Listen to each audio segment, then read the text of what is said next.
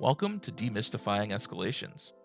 In this series, we will explore strategies for managing escalated situations and tips for how to prevent escalations in the first place. In this video, we cover two common scenarios. Number one, what to do when a customer starts a conversation upset. And number two, what to do when a customer becomes upset during a conversation. To start, let's focus on the beginning of a conversation. Picture this. A customer enters a chat or starts a call, and they are hot. Before you can say your name, they are demanding a supervisor.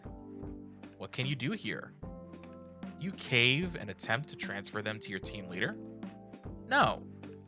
This is where your confidence can build the customer's faith in our ability to handle their needs. Remember, a customer doesn't always enter a chat or call upset.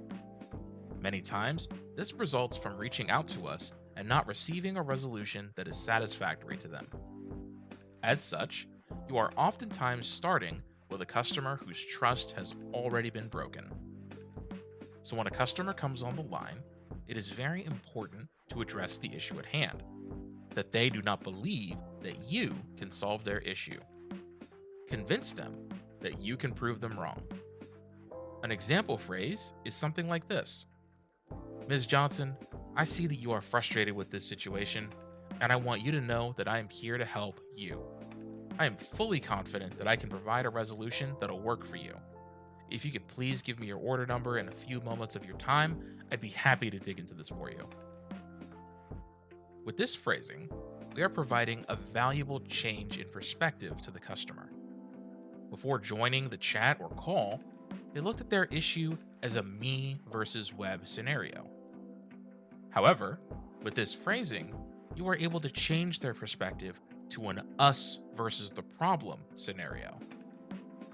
When a customer believes that you are on their side, they will be more open to working with you, and thus they de-escalate. But what happens when they escalate in the middle of your conversation? What do you do then? There are two common reasons why customers escalate during an interaction. Number one, they feel as though their time is being wasted. And number two, they feel as though the offered resolution is unsatisfactory. Remember, when a customer is upset or is dealing with a stressful situation, their patience can be as thin as ice. Work diligently and quickly to find them a resolution. In addition, if you need to place the customer on hold, check in frequently and thank them for their patience and time. When it comes to resolutions, think outside of the box. As a representative, you know that policy helps ensure that we do business effectively. However, making exceptions or offering creative resolutions can help an escalated customer remember that their needs are most important to us.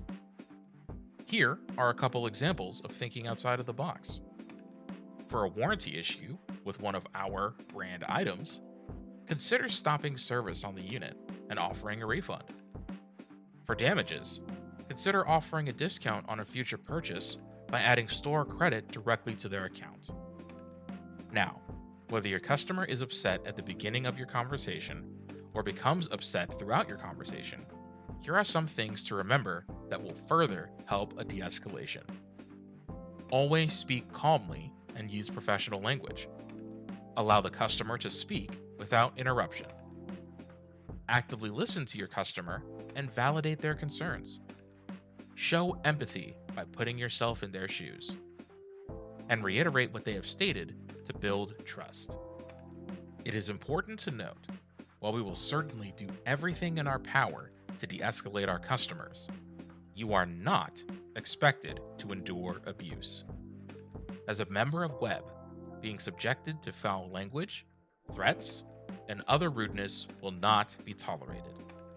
If you are ever faced with unprofessional behavior from a customer, we have a system in place for excusing yourself from the contact.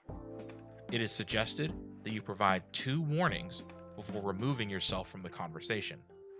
However, Web will fully stand by you and support you should you decide to disconnect earlier. Again, You are not expected to accept unprofessional behavior from customers, and we will always support you in protecting your mental and emotional health. Now, as you move on to the second part of this series, discuss with your team strategies that you have used for de escalating customers. Help your teammates and peers get better every day. Thank you so much for watching. We'll see you in the next one.